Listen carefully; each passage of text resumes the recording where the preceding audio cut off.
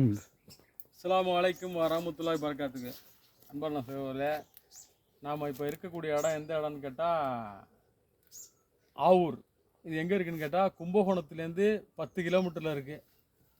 இந்த இடம் வந்து வெற்றிலை கொடிக்கால். அப்படியே பார்த்துங்க, வெற்றிலை பயிரிடக்கூடிய இடம்.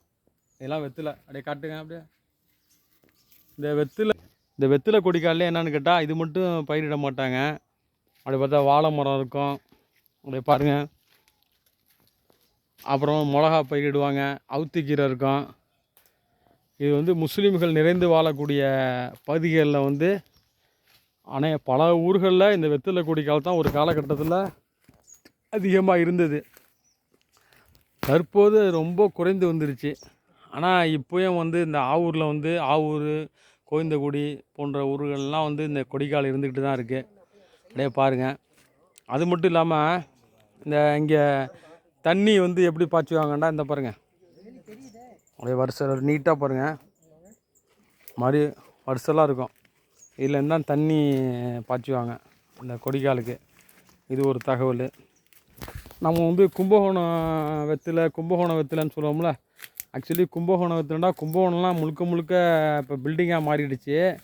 இந்த ஆவூர், கோயந்தகுடி இந்த ஊர்களில் உள்ளது தான் கும்பகோணம் வெற்றிலை அப்படிங்கிறது. நாம் பார்த்துங்க,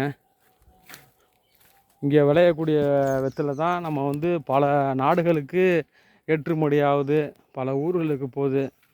இது ஒரு தகவல்.